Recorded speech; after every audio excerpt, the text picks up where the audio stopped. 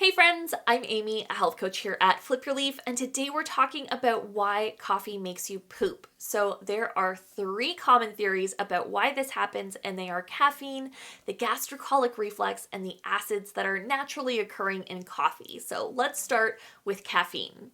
So caffeine gets a lot of flack when it comes to sort of encouraging bowel movements first thing in the morning, but Monash University actually looked into it and they found that most of the research was anecdotal. Now that is not to say that caffeine is not having an impact on your body, especially if you have IBS. We do know that caffeine can be irritating to the gut, not in an IBS sense because IBS is a little lower down, but it can be irritating to your stomach.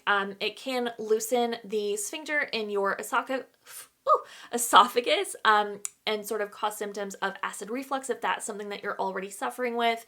We know that caffeine can interfere with sleep, which can increase pain signals in the body the next day. So if you have an issue like visceral hypersensitivity, that can make things a little bit more painful for you during the day. And we know that adding caffeine to a nervous system can kind of heighten our experience of being in our bodies. And so if you are experiencing pain, it can heighten that sensation for you.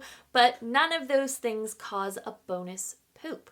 So our next sort of culprit, our next suspect here is the gastrocolic reflex. Now, it makes sense that having a coffee first thing in the morning would trigger the gastrocolic reflex, but that is, in this situation, less about the coffee itself and more about having, a big breakfast, something warm to sort of get the gut going. So when we talk about the gastrocolic reflex, what we're talking about is a peristalsis wave, so a wave of controlled muscle contractions that work through our bodies. So you eat your breakfast, it goes in your tummy starts to stretch, we're filling it full of delicious things. It's noticing, hey, there's some protein in here, there's some carbs in here. We better make, some room further along in our digestive tract because there are some good things coming. And so, this little muscle wave goes through and everything kind of, moves over a seat. And oftentimes if we have a stool prepared, ready for lunch, it will drop into the correct position and we will get a signal from our body, hey, I got one ready to go. And so we naturally correlate that with I had, a breakfast and some coffee and, 10, 20 minutes later, I needed to have a bowel movement.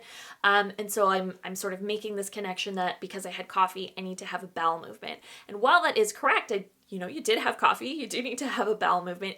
That isn't necessarily that it was the coffee itself. So you might have the same experience if you have tea. You might have the same experience if you're having warm oatmeal.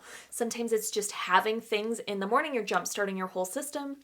You just happen to have coffee every day. Sometimes it's just that you're having something nice and warm in there that's, kind of if your muscles were feeling kind of tight, they're kind of relaxing. We have this gastrocolic reflex going through that is moving everything through your digestive system. And so it is not incorrect that having a breakfast or a coffee in the morning is almost triggering that bowel movement, but it might not be the coffee itself.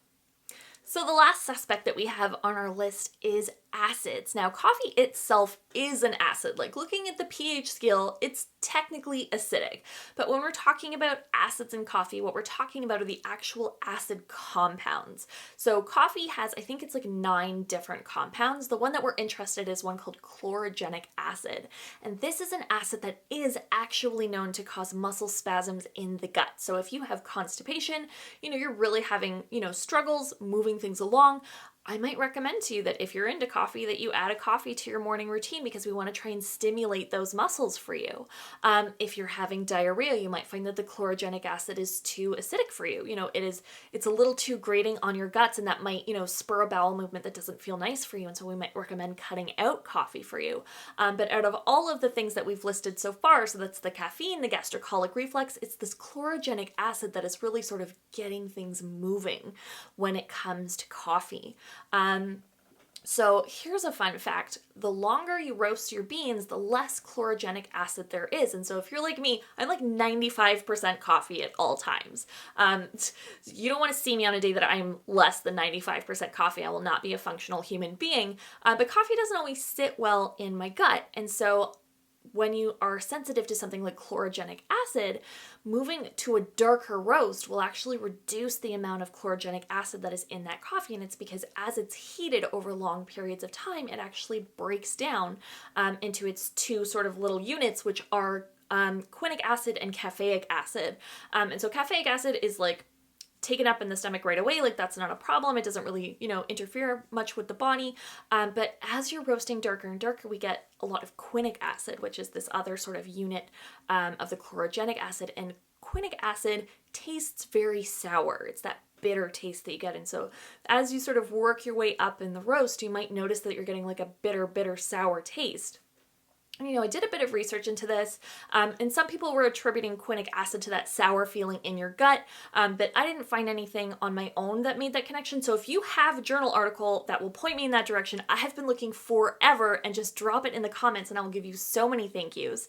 But mostly what I was able to find was that the quinic acid gives it that really sour, astringent flavor, but doesn't actually have an impact on your gut. And so that might be leaving you thinking like, hey, like, okay, so if the chlorogenic acid is getting lower as I'm getting a dark roast, but I'm having dark roast and that doesn't feel any nicer on my body. Like some people find that darker roasts feel worse in their bodies. Like what the heck? Like Amy, explain yourself. So this is just a theory that I ran into a couple of places, but I think it's really interesting, and that is as we're getting these darker and darker roasts, we're having less and less moisture in the coffee beans themselves, and we're finding that there is a release of oil in the beans. And so if you have like a light roast and a dark roast, you might notice that there's that oil on the top of your coffee cup, and it does taste very astringent. Like dark coffee, dark roasts have a very specific taste to them. And part of it is that they have more oil in them, right? Like this water is gone. They're far more oily. And so while this is currently just a theory, again, if you have research on this, drop it in the comments below. I'm so curious to see how this develops. But we're just now starting to look into like, hey, if I'm still having gut trouble after, switching to a darker roast, like technically it has less chlorogenic acid, so there should be less things sort of munching my guts. Why is this dark roast coffee also bothering me, like either in the same way or in even a different way? What is up with that? I'm super curious to see sort of what develops around this oil in coffee, because we haven't really started looking into that yet. So anyways, we got kind of off track there. Our idea for today is when we're looking at why coffee causes bowel movements. Why are you getting these coffee poops? We talked about caffeine, which has kind of been debunked, although it does still do things in your body that might contribute to your IBS symptoms, and that includes pain, that includes disruptions in sleep, that includes sort of a heightened sense in your nervous system where you become like hyper alert of what is happening in your body. We have the gastrocolic reflex, where pairing coffee with something like a big meal or just having something warm in the morning, or even just, jump starting your system with a coffee might cause a bowel movement, but it might have been one that was ready to go anyways and just needed that final push into position. And then we have the acid compounds in coffee. So the chlorogenic acid does actually create those contractions in your guts for people with IBS-C, or if you have like a normally functioning gut, that might be just fine for you. If you do lean towards diarrhea, you might find that switching to a lower acid coffee or just taking coffee out entirely might be better for your gut.